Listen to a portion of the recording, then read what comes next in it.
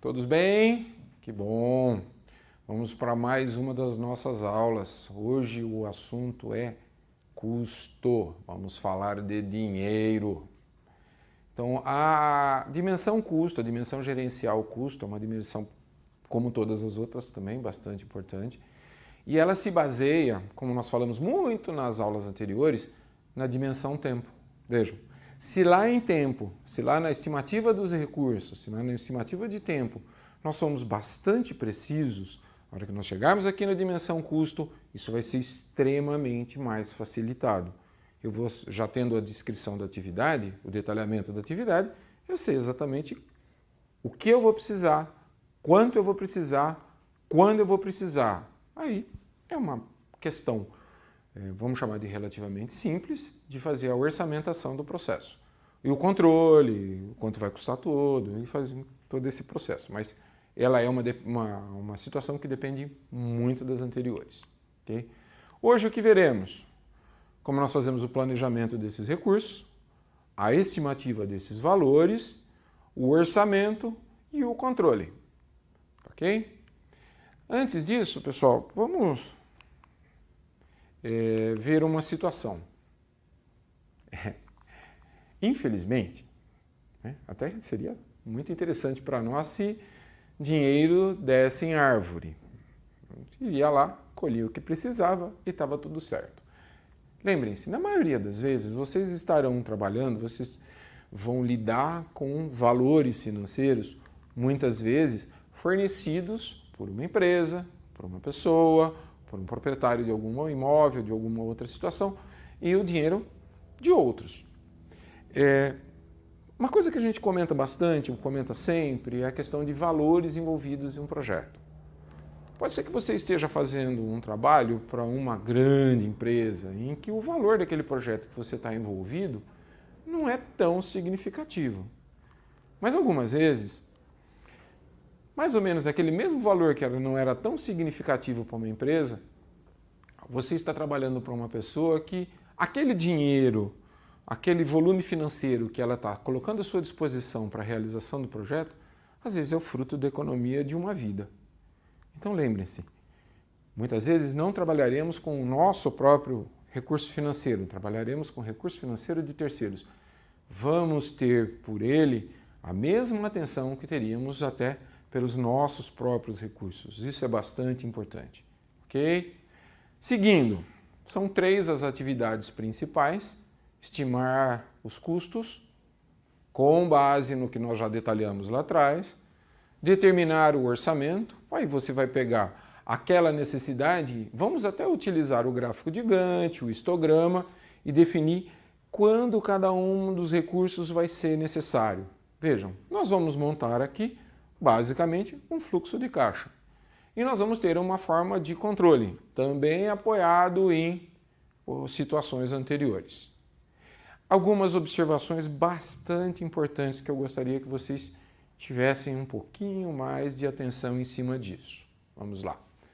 O nível de exatidão. Não pretende-se que se coloque em cima desses orçamentos valores extras, um pouquinho a mais.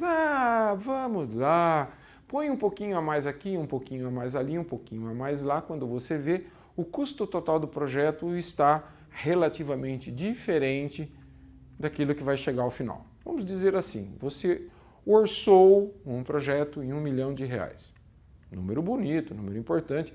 Ao final você chega e diz ao proprietário, olha, gastamos 800. Em ideia, em tese, foi muito bom, 200 mil a menos. Mas será que ele não foi buscar esses 200 mil extra que você colocou, vamos chamar de gordura, nos seus orçamentos? Ele foi buscar no mercado financeiro, foi buscar em uma outra forma de captação de recurso e pagou juros e teve custos sobre esses 200 mil que você colocou a mais na sua orçamentação? Então, sejam bastante precisos. As margens de erro hoje, tá? Que são os limites de controle, alguma coisa que a gente tem aqui para conversar, são muito estreitas. Nós não podemos mais trabalhar com margens de 20%, 30% de erro. Hoje se trabalha com margens muito curtas. Nós temos uma inflação, no momento atual, bastante limitada. Então, estouros orçamentários de 10% estão muito superiores à nossa inflação. Então, isso não é recomendado. Os valores têm que ser bastante controlados. Igualzinho à questão tempo, nós temos que tomar cuidado com as unidades de medida. Se você está trabalhando em uma determinada moeda, por exemplo, reais, serão reais. Se você vai trabalhar com milhares de reais, todo o orçamento vai ser em milhares de reais. Então, da mesma forma que nós trabalhamos a questão tempo, dias, horas, meses, anos, aqui nós vamos trabalhar com uma única unidade de medida. Reais, reais em definitivo. Não podemos misturar unidades diferentes, por exemplo, reais com dólar, reais com euro, reais com outro tipo de moeda, sempre usando a mesma moeda. O Brasil já teve, no passado, a cultura de trabalhar os seus orçamentos em moedas estrangeiras. Hoje a nossa moeda é o real e vamos trabalhar na moeda em real. Vamos precisar fazer algumas associações com procedimentos operacionais da empresa, controles governamentais e controles internos à questão do projeto. Limites de controle. Vamos estabelecer bases, valores, percentuais para baixo e para cima do valor orçado inicialmente. Mas, como eu já disse, muito pequenos. Okay? Os relatórios que vocês vão precisar produzir para esse tipo de controle podem ser as mais variadas formas. O mais prático, o mais eficiente é um formulário de controle do fluxo de caixa do seu projeto. Ou seja, uma coluna com data, uma coluna com a descrição do que é, a entrada de valores que você vai receber para compor o orçamento do projeto, as saídas e o saldo. A vantagem é que, usando como base o gráfico de Gantt, a necessidade de recurso, você vai ter uma projeção de gastos para o projeto inteiro. Então você vai saber quando vai precisar de aportes, ou seja, quando você vai precisar receber valores e quando você vai utilizar valores maiores ou menores. Então você tem um controle a futuro do que está acontecendo no projeto, ok? Bastante interessante. Isso é uma coisa que a gente usa no dia a dia, inclusive. Muito bem.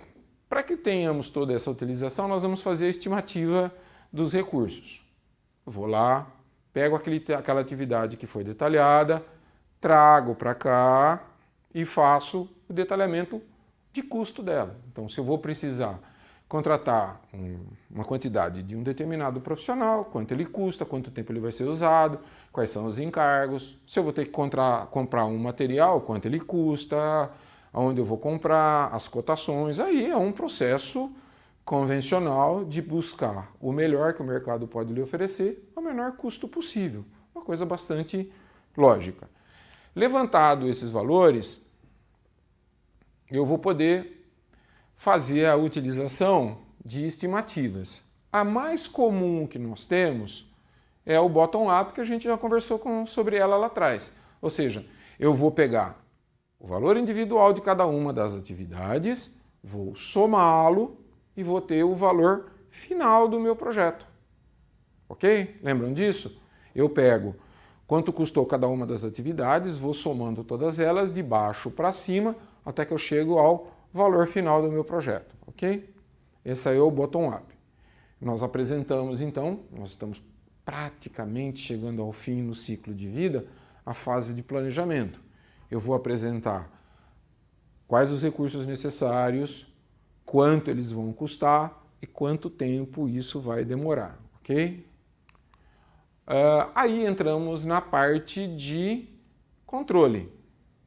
Determinamos o orçamento, quanto vai ser gasto, quanto vai ser utilizado. Vamos começar a controlar esses recursos. Vamos aliar, da mesma maneira que você vai utilizar o gráfico de Gantt, da mesma maneira que você vai utilizar as ferramentas levantadas na questão tempo para fazer o controle dos seus custos, do seu tempo, do progresso do projeto, você vai utilizar também nos custos. Ou seja, qual a atividade que está sendo realizada hoje? Esta atividade. Quanto ela custou? Quanto ela vai custar? Quais são os empenhos? Da onde está vindo o dinheiro? Para onde vai o dinheiro? Você vai controlar isso diariamente. Nós não podemos pegar um valor, um controle e descobrir uma semana depois que determinada conta estourou. O controle é diário, constante. Nós não vamos jogar problemas para frente, ok? Essa é a base de controlar os custos. Um dos gráficos que a gente costuma utilizar, que nós utilizamos, é a chamada curva S. Ela é assim porque ela tem o formato de S. Vejam ela. Então, essa curva S é uma relação entre valor e tempo. Como vocês observam bem lá no comecinho do gráfico, ela tem um baixo valor, no início o tempo quando o projeto está começando. Ela é cumulativa. Nós poderemos, em cima desta curva S, estabelecer o estimado, o realizado ou previsto para uma determinada época, para uma determinada situação. Então você pode utilizar isso de várias formas, ok? Olha, o tamanho do projeto é que vai definir o tipo de controle que você vai ter. Projetos de grande porte vão necessitar de controles mais sofisticados, softwares mais sofisticados, se necessário. Projetos de menor porte, uma boa planilha em Excel, e futuramente vocês vão ver como isso vai funcionar, lhes será o suficiente. O importante, seja em software sofisticado, seja em controles mais simples, o importante é ter controle. Você precisa saber aonde está indo o dinheiro, como ele está indo, se está tudo sendo aplicado conforme foi planejado lá atrás, ok? Obrigado pela companhia e até a próxima.